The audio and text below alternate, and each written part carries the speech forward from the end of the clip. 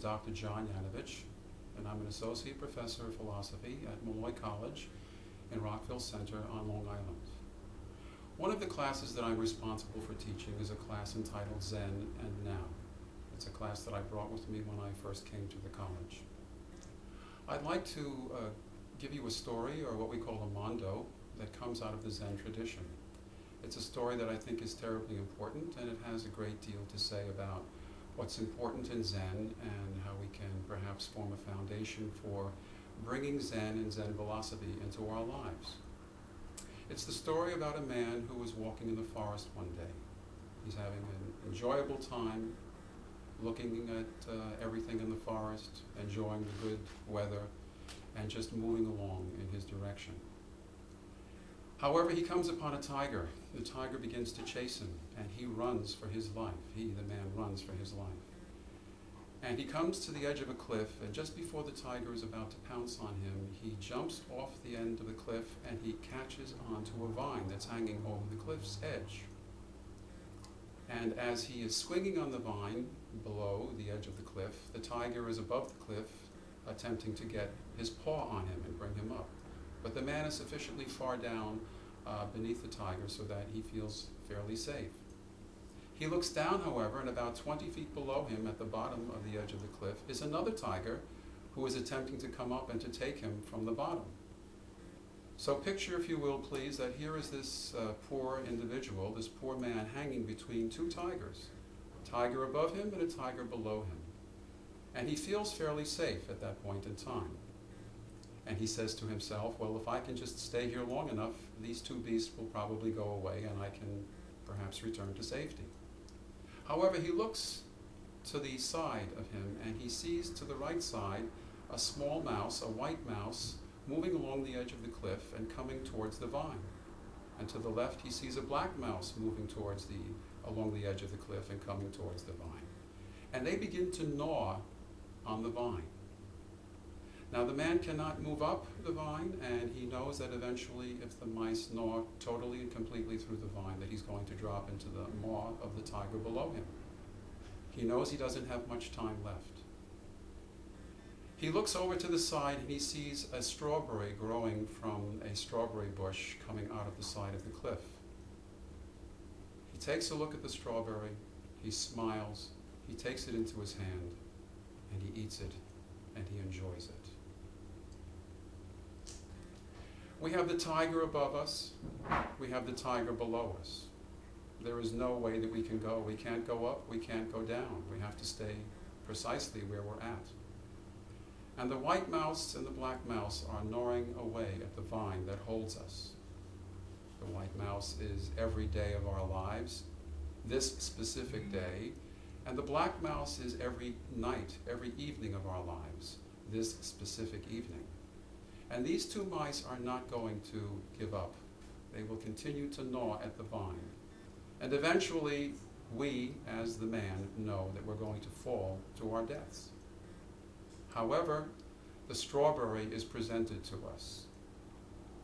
And according to the mondo, we take a look at that strawberry, hopefully, we smile, we take it into our hands, and we enjoy it. There was a great Zen master who once said, lose your mind so that you can come to your senses. I imagine when I think about this mondo, this man hanging there, taking a look at the strawberry. He sees the strawberry, but he's also now at the point where he's paying attention to it and he's looking at it. Anybody who has one eye can see, but so very, very few people look. To look means to pay attention to spend your time with, to look into something so that you really see it maybe for the first time. And in seeing it for the first time, even though you may have seen it so many times before, when you take your first look at it, it's never like what you've ever seen before. He hears the roar of the tiger above. He hears the roar of the tiger below. But when he knows that he can't escape either one of these tigers, he now listens. He doesn't only hear, he listens. Anybody with one ear can hear. But when you listen to something, you really go into it because you're paying attention to it. This man is looking at the strawberry and he's listening to the tigers. When he takes the strawberry and puts it into his mouth, you and I, when we taste something, we taste it. Very, very infrequently do we savor it. I suspect that as the man is hanging there on the vine, and as the white mouse and the black mouse are chewing away at that vine, and he takes the strawberry and he puts it into his mouth, that he is savoring the strawberry. He's not only tasting the strawberry, but he's savoring it. And as he does so, he's also not only smelling the strawberry, but he is taking in the essence of it. And finally, when he sees or looks at the strawberry and he takes it into his hand, he not only touches the strawberry, he feels it. You and I, we tend to touch and not to feel. What this man is doing is he is allowing, under the circumstances given in the Mondo, he is allowing the opening up of his senses. Instead of seeing, he looks. Instead of hearing, he listens. Instead of tasting, he savors. Instead of smelling, he takes in the essence of something. And instead of touching something, he feels it. What we have here is we have a statement about the life of this man, and not only about the life of this man, but the life of each and every one of us. You and I are hanging, metaphorically speaking, between two tigers. You and I are hanging on a vine, which is our life, and there is every day and every evening coming along, and very slowly, but ineluctably, snipping away at our lifeline. Eventually, you and I are going to die. And in the midst of all of this, there is a presentation made to us, the presentation of the strawberry. And you and I are asked to take the strawberry and to enjoy it. The situation in which we find ourselves and in which the man finds himself is, I think, not a very happy situation. And you and I usually look for happiness in our lives, and happiness is the comfort zone. This man is not in the comfort zone. But while he is hanging between the tiger above and the tiger below, he is enjoying the strawberry. That is to say, he is enjoying his life. He doesn't have much time left.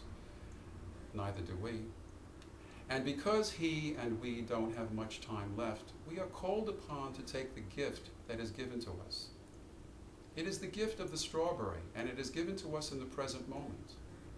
And our problem is, our perhaps main problem is, that you and I keep looking at the past, and we keep looking at the future. We have our memories, and we have science fiction to deal with. But what is given to us always, with each and every breath that we take, in each and every moment, is the present moment.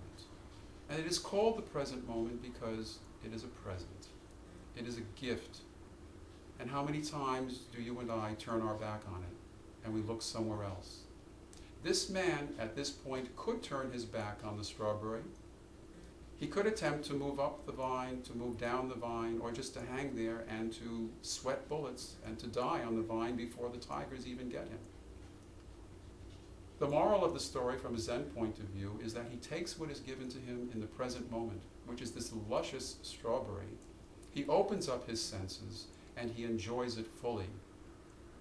And this is what the present is to us. It is a gift, and it calls us to pay attention to it. It calls us to open up our senses and to enjoy it. And in enjoying it, not to ask that we be happy, not to ask that we be in the comfort zone, not to ask that life be any different from what it is, but to take life as it is given to us, to enjoy it. Not even perhaps to think about it that much, because you know you and I do too much thinking. But again, to lose our minds and to open up our senses, to come to our senses in the present moment. When we do this, we realize the magic, the joy, the wonder of the present moment as it is given to us. Each and every moment is a place that you and I have never been. And each and every moment on some level is that strawberry being presented to us. And if we don't take the strawberry in and enjoy it, then we have let the present moment go. We have missed it. We keep looking, as I said before, for happiness. We keep looking for the comfort zone. Prior to happiness, many people want to be just content. But contentment is what? Sitting back and just letting things happen to us. We move on to happiness, and happiness is, well, perhaps I can produce the comfort zone in my life. You know, if you come to the end of your life and you've been happy 51% of the time, oh, how lucky you are.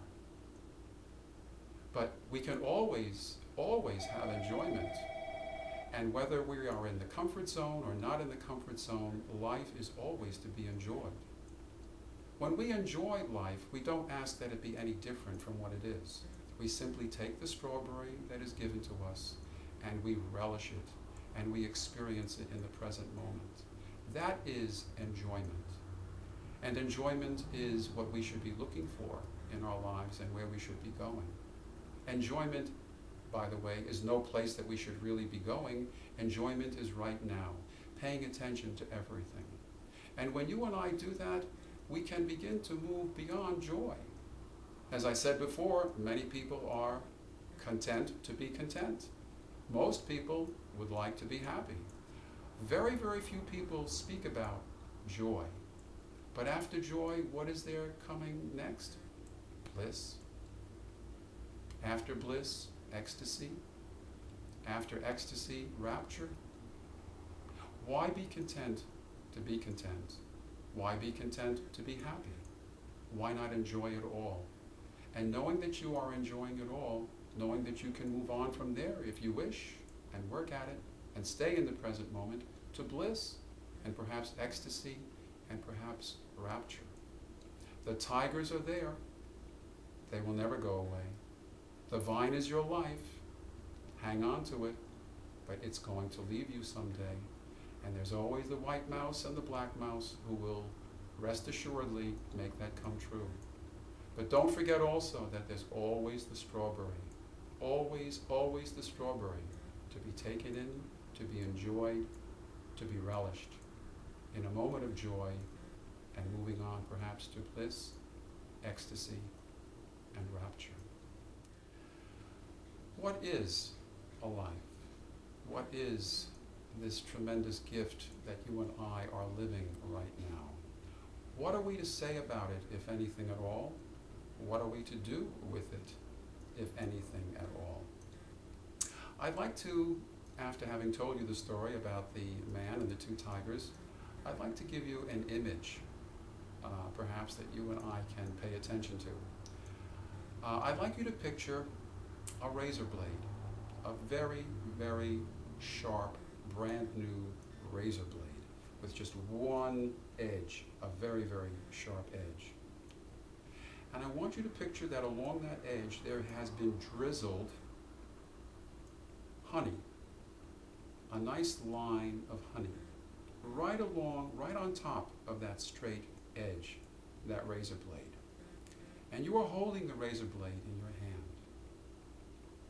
And you would love to have that honey. It's just so appealing to you. And you can have it, but you know that in taking that honey, you're going to have to be very, very careful and very, very creative as to how you approach the honey. You can go straight down on the razor blade and lick the honey off the edge of the razor. Or you can come at it from the sides and lick upwards. But even then, in both instances, of course in the first instance, but in the second instance, you are also going to be getting, with the sweetness and the heaviness of the honey, you're going to be getting the blood, the salt, the water, and perhaps a little bit of your tongue taken in with that honey. This is your life, and this is my life from the perspective of Zen. That man who was hanging between the two tigers on that vine is going to die eventually. He has one opportunity, and that opportunity is given to him in the strawberry. He takes the strawberry in with a smile on his face and he enjoys it. He is hanging on the razor's edge. and the razor's edge is his life. Your life and my life is a razor's edge, and you and I are asked to lick the honey off the edge of the razor.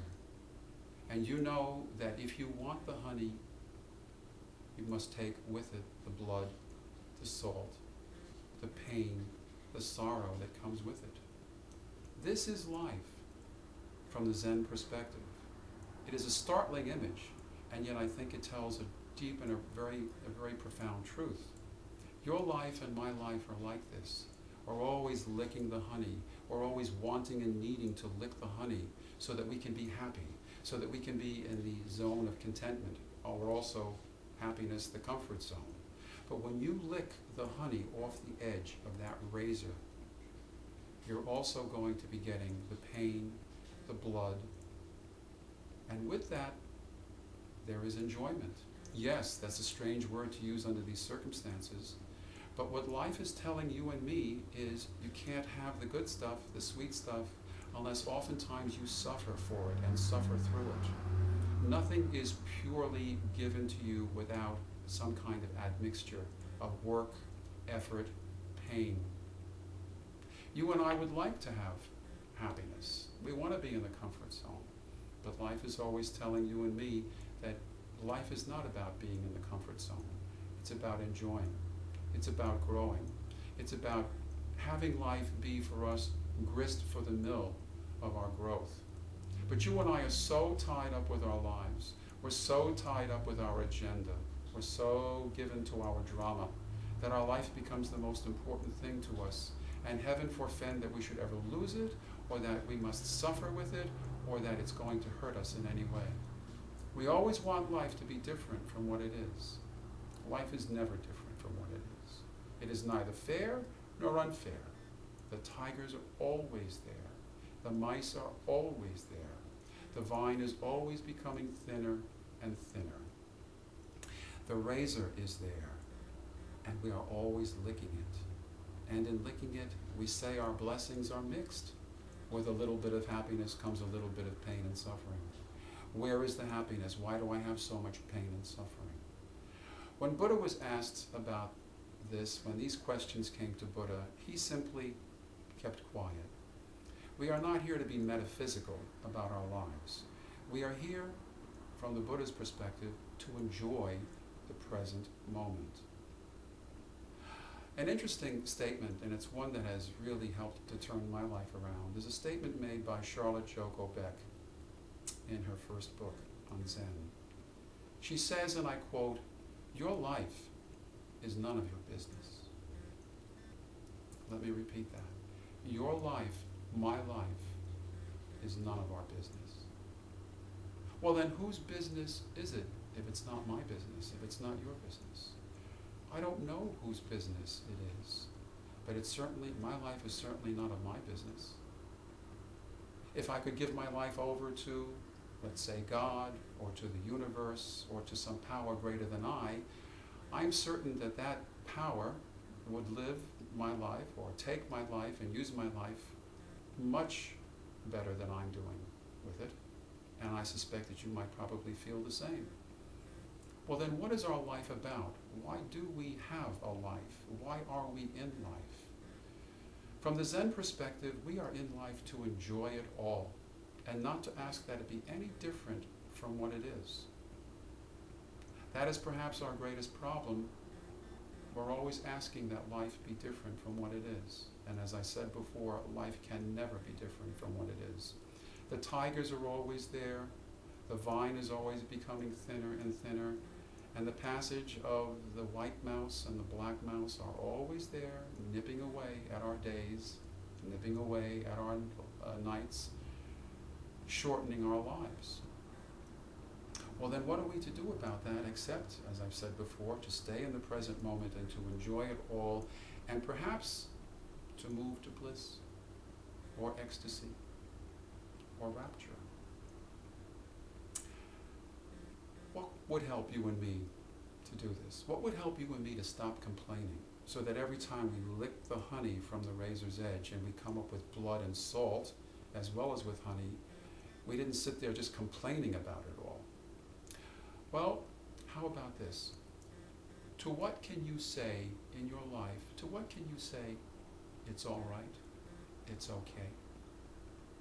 Can you say it's all right or it's okay to everything? I suspect that you and I can't. For example, if you or I were to win the lotto, we'd say, oh, that's okay, it's all right. Although that comes with its own problems, doesn't it? You lick the honey off the razor's edge, you've won the lotto, but your life has changed considerably and you're getting sometimes a lot of blood and a lot of salt. Can you say, oh, I've just fallen in love with somebody and she's fallen in love with me and it's okay, that's wonderful, that's beautiful. It presents its own problems, even though it's a great mystery. Charlotte Joko Beck says, think of all of the things to which you can say, it's okay, and then think of those things to which you cannot say, it's okay. Zen tells us when you come to the very first thing to which you cannot say, it's okay, that is where your work begins. When you come to something in your life to which you cannot say, it's okay, then that's where your work towards your enlightenment begins. A truly enlightened human being is a human being who can say, it's okay to everything. Now, while that is an incredible ideal and a worthy, perhaps a worthy aspiration, not perhaps, but definitely a worthy aspiration, we are perhaps not about to achieve that state. But the important thing, as far as the Buddha was concerned, is not arriving, but moving along the path, being involved in the process. The very fact of making the attempt to say it's okay to everything is enlightenment itself. Now, does that mean that we can't change things and make the world better? Absolutely not. But what the Buddha said was, and what Zen sees, is that this very moment, as it is given to you and to me, this very moment, not the one before it, not the one after it, but this very moment, as it is given to you and me, is perfect as it is. When the next moment comes along, that too will be perfect as it is. You and I can do the best that we can to ensure that the next moment that comes along perhaps is a greater state of perfection, has less pain, less suffering in it perhaps, less attachment than this moment, but each and every moment as it is given to us is perfect in and of itself. Each and every moment as it is given to us, as we hang between those tigers, and the white mouse and the black mouse are doing their job, and as we are licking honey off the razor's edge, that moment is perfect. It can't be any better than it is in that moment. And again, that's why when you and I say, well, it's not fair, life is not fair, or there's no happiness here, or whatever, that's not the case. In that very, very moment, life is what it is. And you and I are experiencing perfection. Your problem and my problem is that we wouldn't know perfection if we saw it. Why?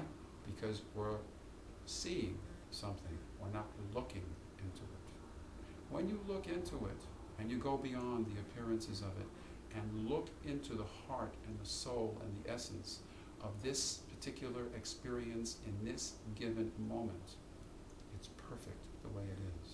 And again, that doesn't mean that the next moment will not have less pain, less suffering, more joy, or whatever. But each and every moment is a gift. I've already said that. It is the strawberry. And you and I are asked to take it, to enjoy it, to bring it into ourselves, and to have it become us, and to have us become it. There is pain and there is suffering in life. That's not to be avoided. You and I are physical, emotional, spiritually oriented, psychological, soulful beings. And to the degree that we are, we will experience pain and suffering. However, given all of that being true, we must understand that the pain will be there, but suffering is an option. The word suffering comes from the two words suffer, to bear up under. In your truly enlightened state, or in your movement towards your enlightenment, if you recognize and believe and realize that each and every moment is perfect as it is, then you can enjoy it, and you can decide as to whether or not you wish to suffer through it, in it, for as long as you want to, and then give up the suffering, or to continue that. This is part of what comes with the gift of life. This is part of what comes with the strawberry. The man hanging between the two tigers is in pain, and perhaps he is suffering, but when he sees the strawberry is a revelation to him. He licks the honey off the razor's edge, and he smiles, and he enjoys it, because this moment is perfect. It is the only moment that is here in this moment, in his breath and in his enjoying the perfection of it. And so the smile comes to his face.